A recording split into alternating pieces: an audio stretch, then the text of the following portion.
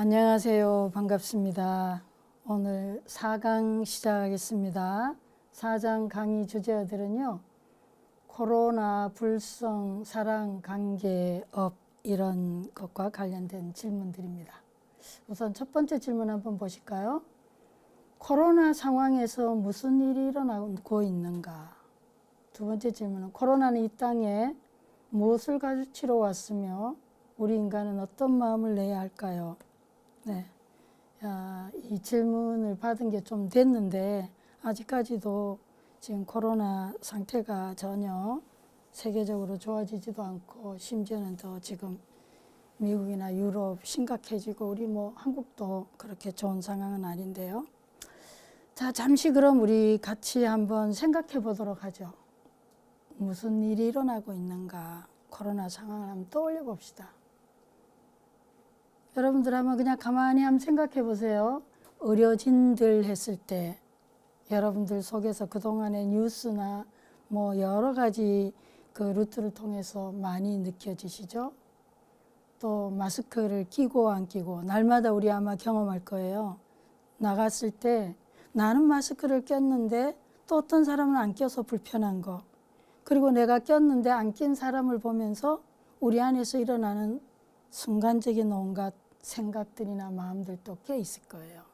그리고 정치적인 이런 와중에서도 또 정치적인 상황은 어떻게 되고 또 경제적인 것도 오히려 특수를 누리는 분야도 있고 그렇지만 대다수는 지금 굉장히 힘든 상황에 있고 뿐만이 아니라 온갖 또 주장이나 어떤 그런 이슈를 가지고 집회가 일어나고 있고 또 집단들의 그런 행동들도 많이 나오고 있죠. 그리고 우리 또 각자는 지금 어떤 상황인가? 그것도 한번 생각해 보시고요. 세계의 상황은 어떤가? 환경 오염이나 정화 문제는 어떤가? 보시면 여기 아마 자세히 보시면 지금은 미국이 아마 24만 5만 가까이 될 텐데 조금 된 사진이 올라와 있긴 합니다. 저기 의료진들 지금 집단으로 지금 하는 거 그 옆에 또 고생하시는 분 보시면 이마에 마스크를 너무 오래 끼셔서 자국도 많이 난 것들도 보일 거고요. 또 이 새가 마스크를 여기저기 버려서 지금 발이 묶여가지고 옆에 보시면 거의 또 다른 한편으로는 또 차들이 그만큼 또 안 다니고 또 공장이 멈추고 하다 보니까 딱히 나쁜 일만 있는 것 같지는 않아요. 굉장히 하늘이 오랜만에 굉장히 맑고 공기도 좋고 또 온갖 저기 그 마스크뿐만이 아니라 배달해서 먹다 보니까 플라스틱 이런 것들이 쌓여서 지금 쓰레기 문제가 우리가 생각하고 있는 것보다는 훨씬 더 심각한 그런 상황에 와 있습니다.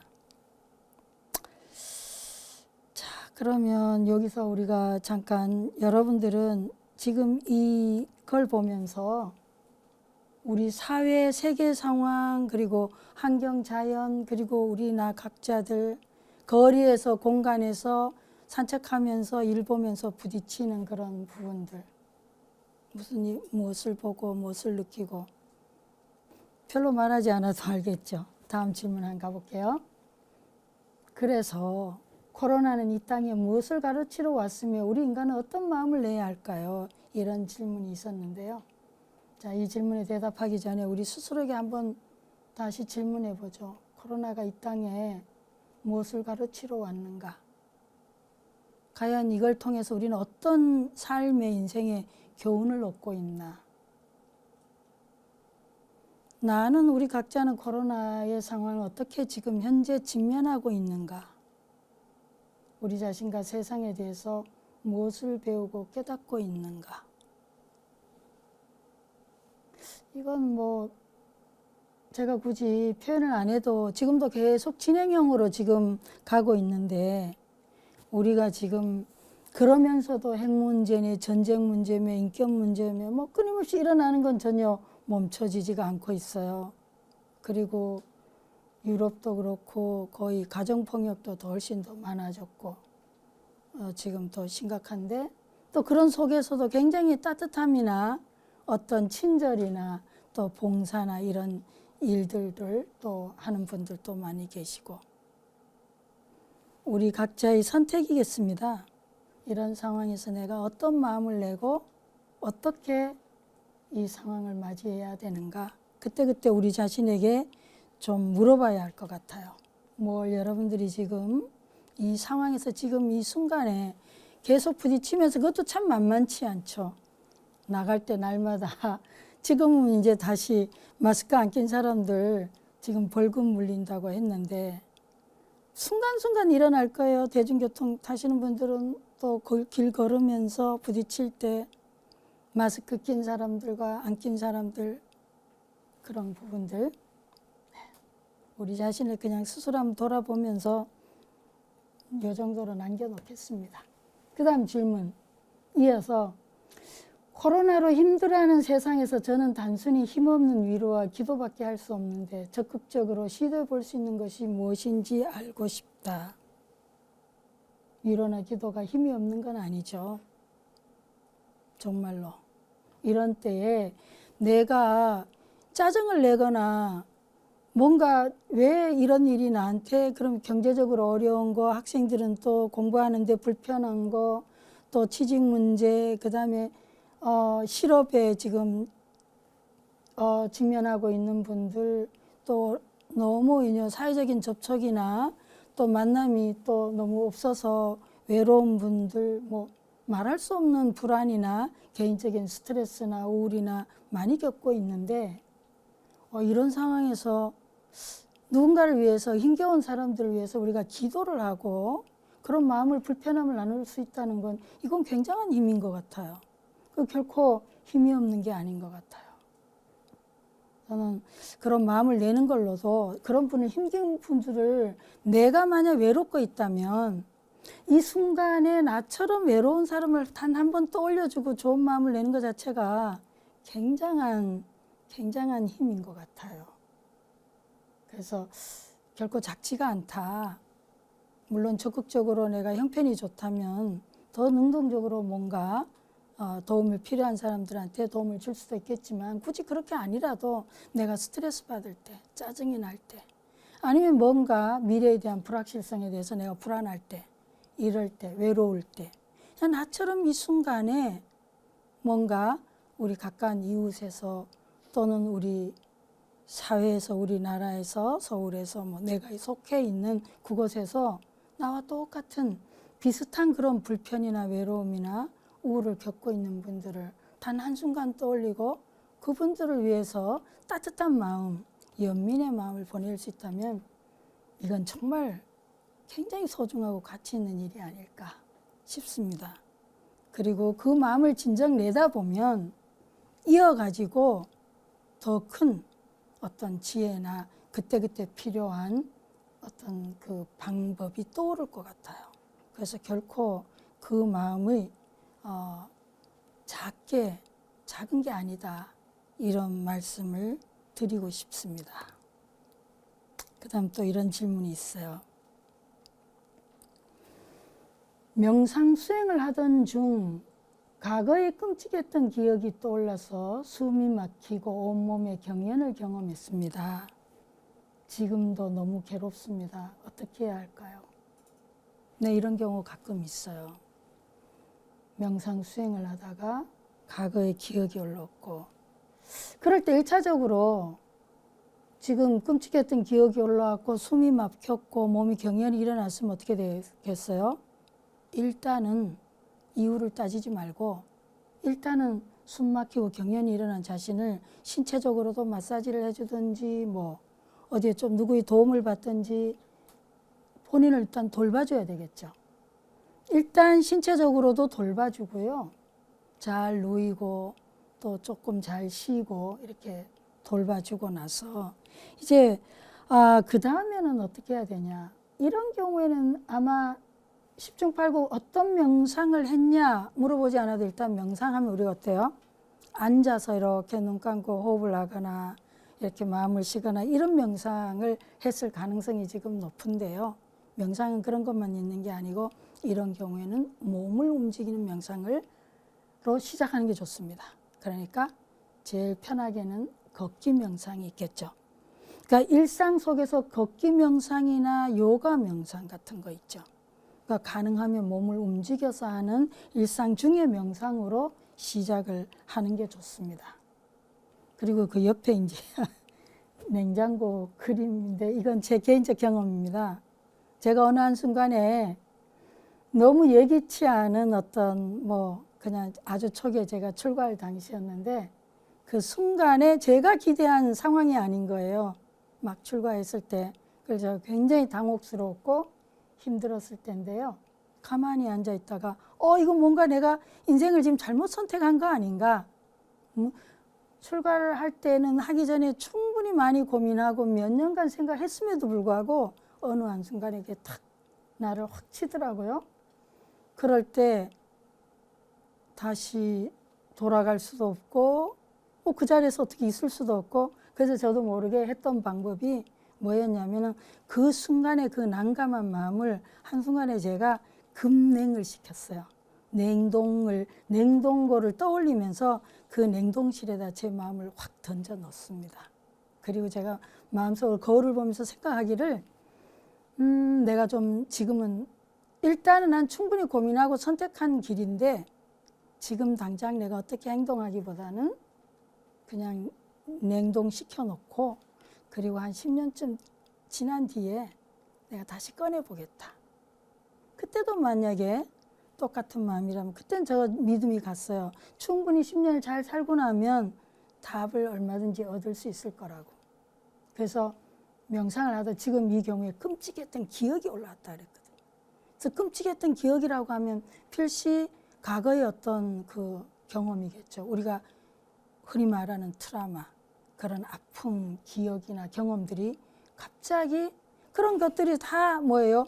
우리 과거에 겪었던 우리의 어떤 감정이나 그런 정서적인 것들은 우리 몸에 남아있다고 제가 아마 2강이나 3강 때 말씀드렸을 것 같아요. 기억하시겠지만 그때 그런 우리 몸에 기억이 있는데 갑자기 내가 차분하게 앉아서 집중을 하니까 내 몸에서 확 튀어나온 거죠.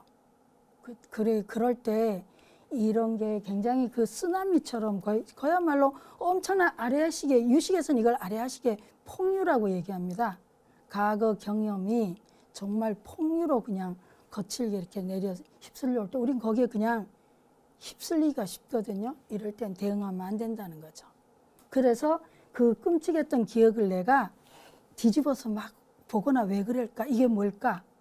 이걸 대응하지 마시고 지금 이 냉동에다가 그냥 급냉을 시키라는 거죠.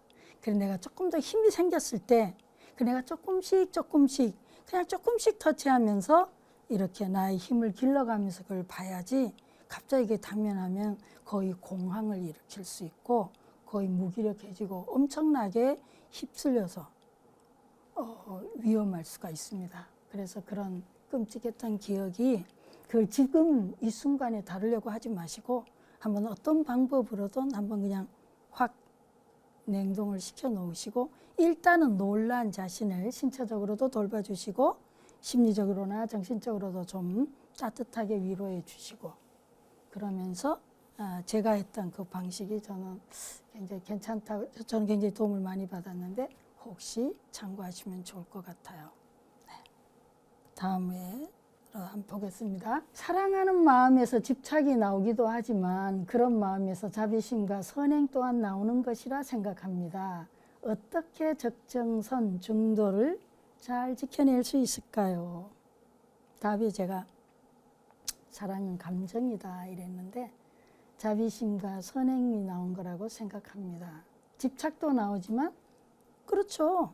굉장히 따뜻한 마음도 일어나고 충분히 친절한 마음도 일어나고 잘해주고 싶고 사랑도 나오죠. 선한 그런 행위나 생각도 나오는데 문제는 뭐냐 하니까 감정이라는 거예요. 사랑이. 그럼 감정이 무슨 말이냐? 변한다는 거죠. 무상하다는 거예요. 감정은 무슨 기반이 그렇게 단단하게 있어가지고 그런 게 아니라 감정은 항상 상황이나 조건에 따라서 변한다는 게 문제인 거죠. 우리가 뒤에 다시 공부를 하겠습니다만은 우리가 고통했을 때 고제, 고통이 사성제에서 고통에 보면 고통이 세 종류가 있거든요. 고고, 계고, 행고 그러는 건데 이거는 이제 우리가 말하는 계고예요. 무상에서 오는 거. 항상 변화한다. 그래서 이때 변화하기 때문에 자비심이 나왔든 집착이 나왔든 그럼 감정이 사랑을 하지 말라 그런 건 아니고 이 사랑하는 순간에 충분히 사랑하되 우린 뭘 기억해야 될까요? 때가 되면 이 마음도 식는다는 거예요. 때가 되면 사랑도 변화한다. 그래서 이런 말이 있어요. 사랑은 사랑이 아닌 사랑이 아닌 모든 것을 드러낸다. 이런 말이 있습니다. 그래서 사랑은 충분히 아주 고맙고도 좋은 감정이죠. 축복 같은 거죠. 그런데 그게 영원하기를 바라는 건 집착이고요. 그러나 이것이 그냥 이 순간 나에게 이 순간 있어지는 거다. 이렇게만 이해할 수 있다면 그래서 중도를 잘 지켜낼 수 있는 방법은 무상을 이해해야 돼. 영원한 건 없다. 변화하는 거다. 변화하는 거니까 가치가 없다. 그건 아니죠. 그렇지만 영원한 건 어떤 것도 없어요. 그렇지만 그래도 지금 이 순간 내가 이런 감정을 경험하는 거에 대해서는 감사할 수 있을 것 같아요. 그러나 내일도 모레도 1년 뒤에도 10년 뒤에도 그럴 거라는 생각을 안 할 수만 있다면 충분하죠. 조금 더 들여다볼까요? 감정은 어떻게 생겨나는 건가?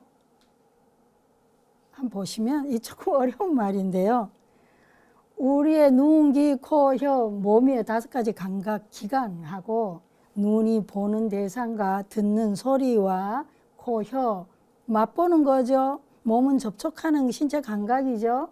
어떤 코는 냄새 맡는 거예요. 이런 것들이 접촉하게 되면 우리가 뭔 일어나요? 시각, 청각, 미각, 촉각, 후각 이런 게 일어나죠. 감각이 일어난다. 전통 유식에서는 이것을 감각 의식이라 하니까 조금 어렵게 안식, 이식, 비식, 설식 이렇게 하니까 어려운데요. 그냥 현대말로 하면은 시각, 청각, 미각, 촉각, 후각이에요. 이것이 올 때의 6번째 우리의 의식이 말하자면은 인지 기능이 이거를 전부 다 통합하고 조율하고 균형을 유지하는데 문제는 뭐냐? 우리의 에고가 거기에 개입한다는 거예요. 그래서 내 자아의식이 개입을 해서 나에 대한 집착이나 아만, 아의, 악연, 아치, 나에 대한 집착과 내 중심적인 사랑과 또 나에 대한 견해나 무지 이런 것들이 개입을 해갖고 이걸 다 뒤죽박죽 온갖 좋은 감정, 싫은 감정, 이런저런 감정을 공격성이든 질투심이든 만들어내는 거다. 가장 그 밑바탕에는 뭐가 있냐? 우리가 보통 말하는 탐진치, 삼독이 있는 거예요. 그래서 정말로 감정을 궁극적으로 내가 잘 조절하려면 결국은 맨 마지막에는 이 삼독에로부터 탐진치, 삼독의 중독으로부터 해독을 해야 됩니다. 그리고 나에 대한 집착으로부터 자유로워져야 되는데 그래서 우리의 이 수행이 굉장히 요원하고도 길다는 거죠. 그러니까 감정은 본질적으로는 이 부분이 밑뿌리에 가면은 이 부분을 다뤄야만 우리가 소위 말하는 정서 조율, 감정 조절이 가능하다. 그러면 그와 관련해서 이제 또 이 아집하고 이게 불교의 우리 수행에서 사실 굉장히 기본이기도 하고 현재 우리 사회에서 많이 일어나고 있는 관련된 사랑의 감정을 얼마나 많이 질투하고 죽이고 데이트 폭력, 이혼, 가정 폭력 많이 일어납니까? 사실 이게 작은 일은 아니거든요. 그래서 이 부분에 대해서만 우리가 잠깐 공부를 좀 해보면 좋을 것 같아요. 자아도취, 아집의 극체, 나에 대한 집착의 극단이고요. 이쪽으로 가면 아공이라 그래서 무아를 얘기합니다. 나에 대해 나로부터 자유로운, 나가 비워진, 마음을 다 비워버린 하나는 자아도 그 중간이 뭐예요? 그냥 평균적인 보통의 자아도취예요. 한번 보시죠.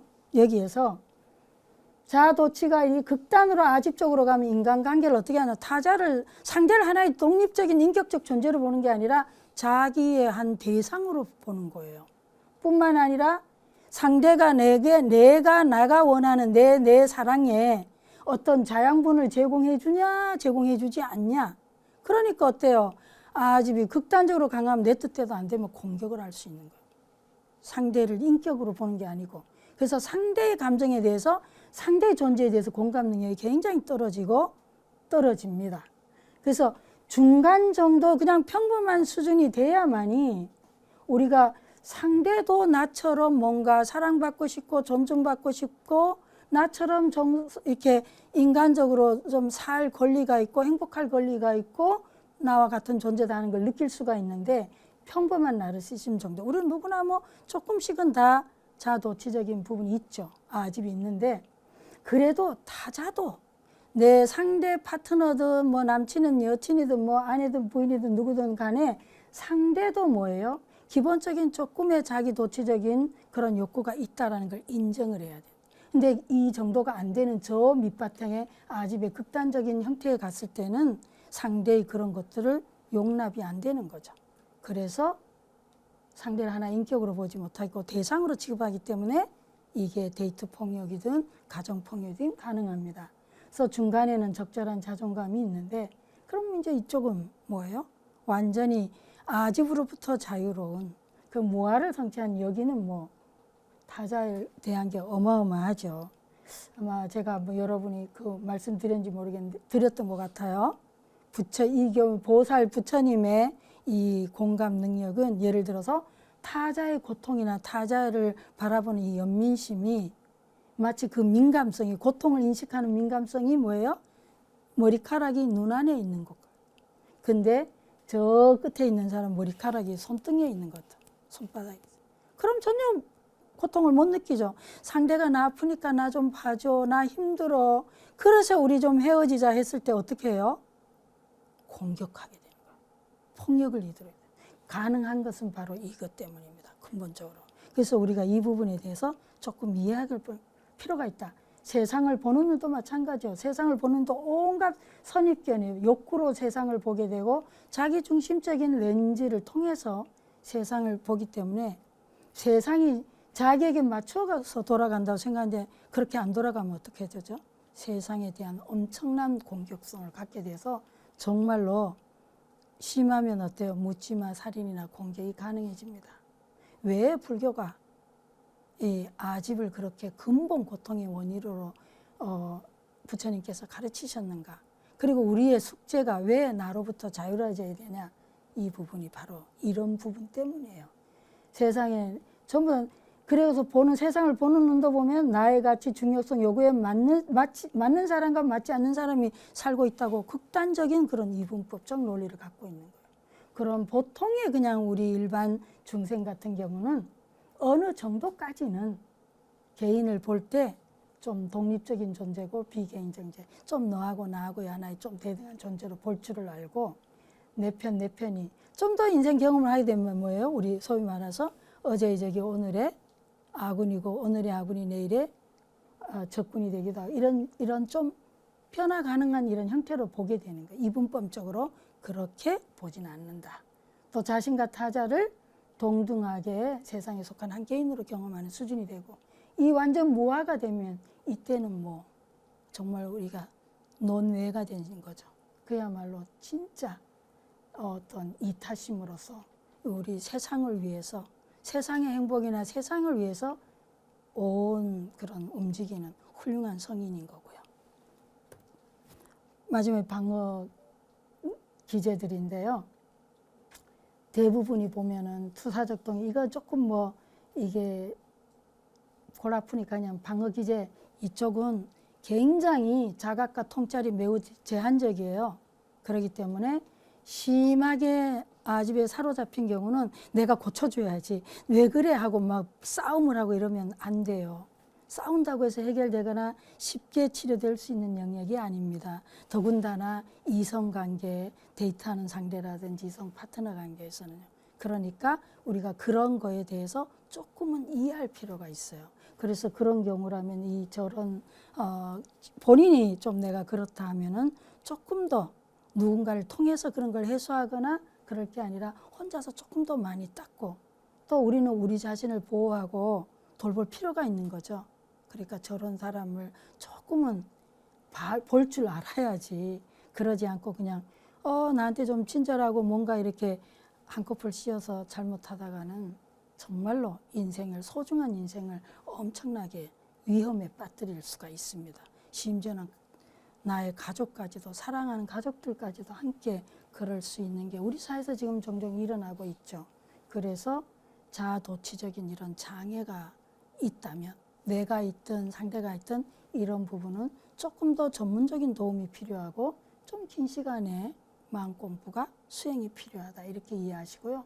보통의 그냥 평범한 경우는 좀 뭐 약간 순간순간 내가 감정을 억누를 줄도 알고 또 이걸 좀 참았다가 다른 방식으로 내가 운동을 한다든지 아니면 다른 어떤 좀 더 합리적인 방식으로 이걸 뭐 운동, 스포츠, 예술 뭐 여러 가지 공부 다양한 방식으로 풀 줄도 알고, 그래서 또 자기 자신을 좀 들여다보면서 성찰도 가능해요. 그래서 보통은 이렇지만 우리가 극단적으로 저런 경우라면은 우리가 조금 더 참고를 하고 좀 더 관심을 가지고 적극적으로 뭔가 훈련하고 공부할 필요가 있다. 완전히 무아인 이 경우는 뭐, 네, 자기 개인의 어떤 욕구나 이런 게 거의 많이 사라져서 우리가 이 경우는 탐진치 3독으로부터, 중독으로부터 완전히 해독됐다, 이렇게 볼 수 있겠어요. 이런 분들은 정말 사회 어떻게 저분들은 어떻게 저럴 수가 있지 하는 경우, 그런데 볼 때 이렇게 그만큼 나에 대한, 자아에 대한 집착으로부터 자유로운 그런 형태의 사람들이다, 이렇게 생각하시면 되겠습니다. 다음 질문 한번 볼까요? 대인공포증을 극복하는 것이 힘들다. 왜 생겼고 어떻게 극복할 수 있을까요? 이런 질문입니다. 왜 생겼겠어요? 어떤 과거에 그 유사한 경험이 있었겠죠. 우리가 과거의 상처나 트라우마의 가능성이 굉장히 높은데요. 타고나면서부터 무슨 대인 공포증이 있다? 그건 좀 별로 맞지 않는 것 같아요. 태어나서 어떤 경우에든 인간관계 경험 속에서 나를 돌보는 사람으로부터든가 아니면은 갓난쟁이라 할지라도 여러 가지 이 사회와 가정에서 생겨난 거겠죠. 그럴 때에 어떻게 해야 되냐. 불교 공부는 나에 대한 공부인데 우리가 대인 공포증을 극복하는 것이 왜 생겼나를 사실은 많이 이해한다고 해도 그렇게 큰 도움은 되지 않아요. 이 말을 한번 곱씹어 보세요. 불교 공부는 나에 대한 공부고 나에 대한 공부는 나를 잊는 거다. 나를 잊는 것은 만불과 친해지는 것이다. 이 말을 이제 한번 음미해 보시라고 했는데요. 나에 대한 공부를 시작하시면 좋을 것 같아요. 결국에서는 정말 가장 대인 공포증 자체를 공부해서 그걸 파헤친다고 해도 아까 감정 문제에서 우리가 봤듯이 근본 뿌리까지 가봐야 되거든요. 그래서 저는 이제 대인 공포증이 마지막에 가보세요. 나를 잊는 것은 만물과 친해지는 거다 했는데 이 불교 공부를 해가다 보면 결국은 나라는 것이 잊어질 때가 오고 그래서 만물과 친해지는 것이 오는데 좀 먼 얘기 같지만 그렇지가 않아요.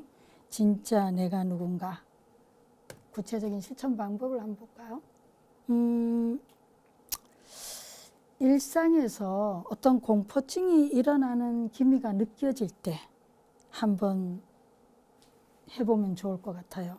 제일로 중요한 거는 공포증이 딱 일어난다고 했을 때 우리 글로벌 위로 시스템, 돌봄 시스템이라는 게 있는데 우리가 인간이 굉장히 그 무력한 유아로 태어나서 누군가의 돌봄이 없으면 우리가 생존이 안 되잖아요.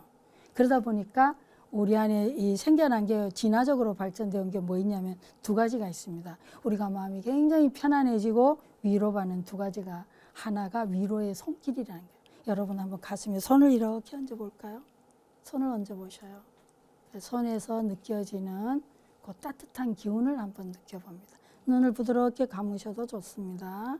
눈을 감으시고 손의 기운을 한번 느껴보시고 꼭 여기는 아니어도 위로의 손길이 여러분 각각이 어떤 사람은 힘들 때 이렇게 어떤 사람은 또 이렇게 뭐 가슴에 이렇게 손을 얻을 수도 있고 다양한 방식대로 우린 사실 일상에서 우리 자신도 모르게 그런 손길을 합니다. 어색한 상황에 가거나 낯선 상황에 가거나 그랬을 때 자신도 모르게 그런 손길들을 해요. 다른 하나는 부드러운 목소리입니다. 우리 엄마가 만약에 나를 사랑하는 엄마가 나에게 그렇게 부드럽게 머리를 쓰다듬어 주거나 부드럽게 괜찮아, 놀랐지, 이런 위로 말을 해준다면 얼마나 우리가 안심이 되겠어요? 근데 우린 이제 성인이 됐고, 그러니까 우리가 우리 자신에게 해주면 돼요. 내가 그런 대인공포증 약간 불안하거나 뭔가 그럴 때 우리가 우리 자신에게 그런 두 가지 방식으로 당장에 조금 돌봄 시스템을 작동시켜서 우리 안에 있는 거예요. 그러니까 그걸 작동시켜서 우리를 돌볼 수가 있고, 그 다음에 이제 이런 방식대로 이제 찬찬히 해볼 수도 있어요. 내가 평소에 조금 시간을 내서 훈련을 해보고 싶다. 그럴 때는 일단 심호흡을 또 하시고 한번 해볼까요? 자, 눈 감아 보셔요. 눈 감으시고 심호흡 한번 해보세요. 자, 22번 깊이 들이쉬시고 내쉬어 보겠습니다. 자, 내가 좀 놀랍고 불안한 그런 대인관계를 한번 상상해 봅니다. 사람이든 상황이든. 자, 상상해 보시고요. 자, 그 상황을 떠올렸을 때 지금 어떤 감정이 일어나는가, 그 감정에 이름을 붙여봅니다. 스트레스인가? 두려움인가? 불안인가? 공포인가? 아니면 수치심인가? 그 힘든 대인관계 상황을 떠올렸을 때 가장 강하게 일어나는 감정이 뭔지 그 이름을 한번 붙여보시고요. 그 다음 이름을 붙이셨으면 내 몸 어디에서 그 힘든 감정이 가장 강하게 반응하는지 이 주의를 몸으로 가져가셔서 쭉 한번 발끝에서 머리끝까지 쭉 훑어봅니다. 그 상황을 떠올렸을 때 내 몸 어디에서 그 감정이 가장 강하게 일어나는가. 발견을 하셨으면 그 부위에 손을 가져가셔서, 발견하셨으면 몸의 그 부위에 손을 한번 가져가셔서 부드럽게 이렇게 마사지를 해줘 봅니다. 부드럽게 마사지 해주시고 마음속으로 위로해 줍니다. 두렵구나, 아니면 불안하구나, 이렇게 괜찮을 거야. 그리고 위로를 해주고, 근데 그게 없어지길 바라지 말고 충분히 그 안에서 있도록 그냥 허용해 줍니다. 마음속으로 허용해도 돼요. 그냥 그 안에 있어. 괜찮아. 그냥 있는 걸 허용해 주는 거예요. 네, 좋습니다. 어때요? 어떻습니까? 좀 도움이 된 것 같아요? 두 번째 실천 방법 내려놓기예요. 대인관계, 그런 불안이, 공포증이 좀 있다 이럴 때 그 상황을 이렇게 상상하시면서 내가 뭘 붙잡고 있어서 불안한 걸까? 스스로에게 가슴에다 물어보는 거죠. 그 상황, 그 불안한 이 상황이 있으면 가슴에 잠깐 물어보는 거예요. 이거는 내 타고난 내 안에 내재된 지혜한테 물어보는 거죠. 스스로에게 내가 뭘 붙잡고 있어서 이렇게 불안할까? 아니면 이런 질문, 내가 뭘 내려놓으면 좀 더 편안해질 수 있을까? 이렇게 물어보는 겁니다. 그런 방법으로 해결을 도움을 받으시면 좋을 것 같습니다. 자, 다음 질문으로 넘어가겠습니다. 세속적인 행복에 집착하면 고통이 일어난다고 했는데 저는 세속적인 행복으로 인해 느끼는 잠깐의 행복함과 만족은 실제로 존재한다고 생각이 들었습니다. 그렇다면 이 세속적인 찰나의 행복 속에도 진실한 행복의 씨앗이 숨겨져 있는 것일까요? 세속적인 행복에 집착하면 세속적인 행복이 뭘까요? 사랑하는 사람이 생겨서, 아니면 내가 칭찬을 받아서, 아니면 내가 마음에 드는 어떤 가방이든 물건이든 뭔가를 얻어서, 아니면 내가 원하는 학교에 들어가서, 아니면 취직을 잘해서 또 아니면 뭔가 어떤 직책을 얻어서 뭐든지 아니면 맛나는 음식을 먹어서 네. 그렇죠. 행복으로 느낀 잠깐의 행복한 만족은 실제로 존재하고 그렇죠. 잠깐의 행복은 실제로 존재하죠. 여기 질문 속에 제가 답이 있다고 했어요. 근데 행복도 감정이라는 거예요. 잠깐의 본인이 이미 질문에서 보세요. 질문에서 이미 잠깐의 행복함과 만족은 실제로 존재한다. 찰나의 행복 속에도 진실한 행복이 씨앗이 숨겨져 있는 걸까요? 네, 순간의 진실은 있는 거죠. 순간순간의 진실은. 근데 실제로는 우리가 순간순간에 진실이라고 느끼지는 않죠. 만약에 누가 나한테 너무너무 친절했는데 1시간 친절했는데 1시간 뒤에 다음날 얼굴 바꾸면 어떻게 되죠? 우린 굉장히 문제를 삼게 되죠. 배신했다, 인간이 나쁘다, 뭐 온갖 것들이 일어나게 돼 있어요. 그러니까 이거는 진실한 찰나의 행복 속에도 진실한 행복이 숨겨져 있든 없든 실제로 우리가 일상에서 살 때는요, 무상은 고통을 줍니다. 역으로 고통 또한 무상이니까 또 지나가면 또 행복이 오겠죠. 고통과 행복이 동전의 양면처럼 지나갑니다.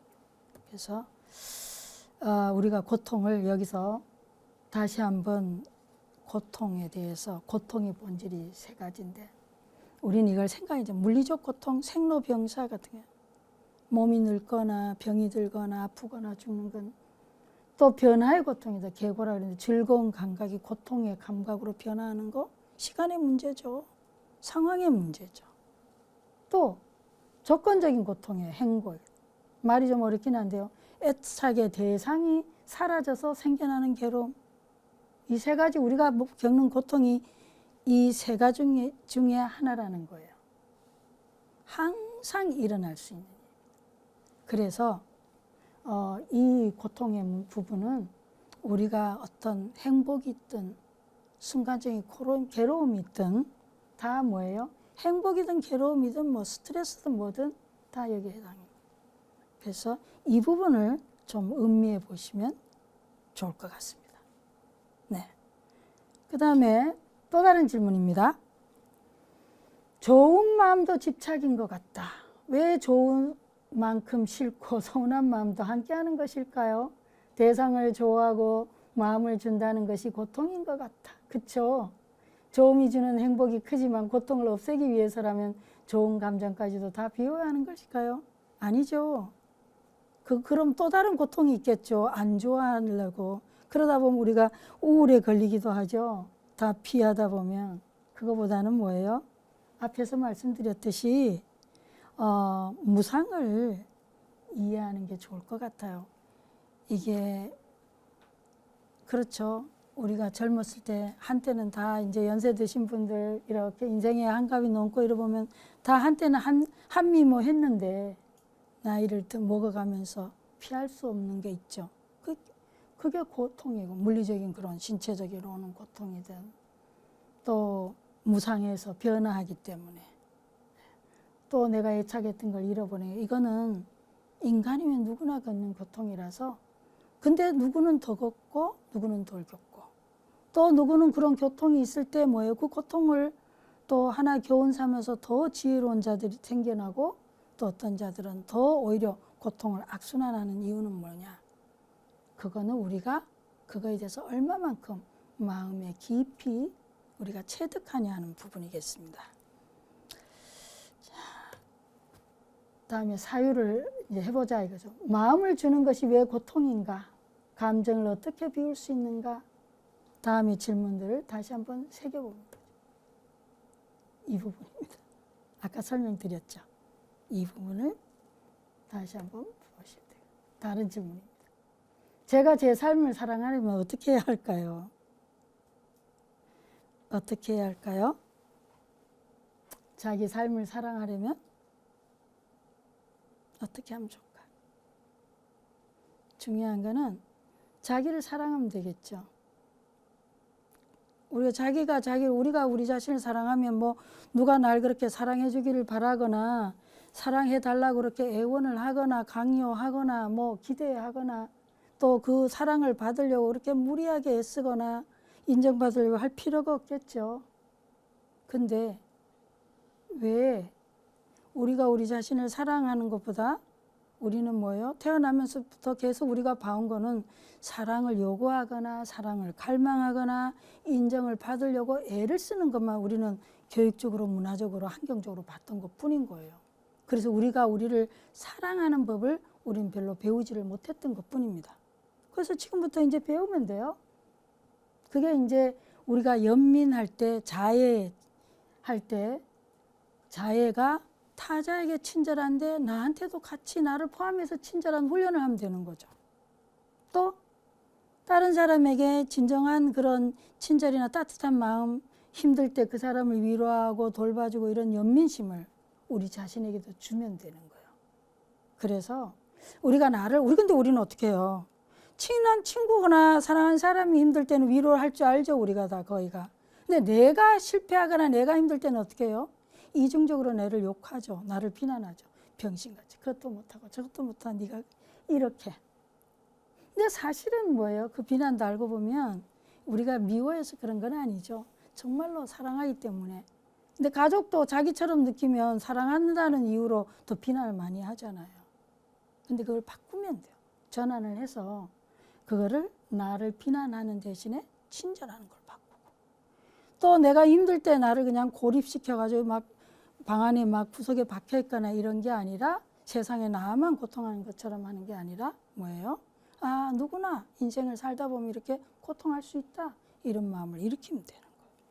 그래서 내가 더 너무 뭔가 한 군데에 사로잡혀 있으면 이 통찰력이 떨어지잖아요. 알아차림이 떨어지는 거예요. 그러지 않고 내가 고통할 때 그 고통을 잘 감지하는, 그래서 나를 돌봐줄 수 있으면 되죠. 그래서 이런 노력을 하면 된다. 오늘 여기까지 하겠습니다. 네. 자, 그러면 그동안 수고하셨고요. 내내 한 줄 동안 다 건강하시길 바라겠습니다. 수고하셨습니다.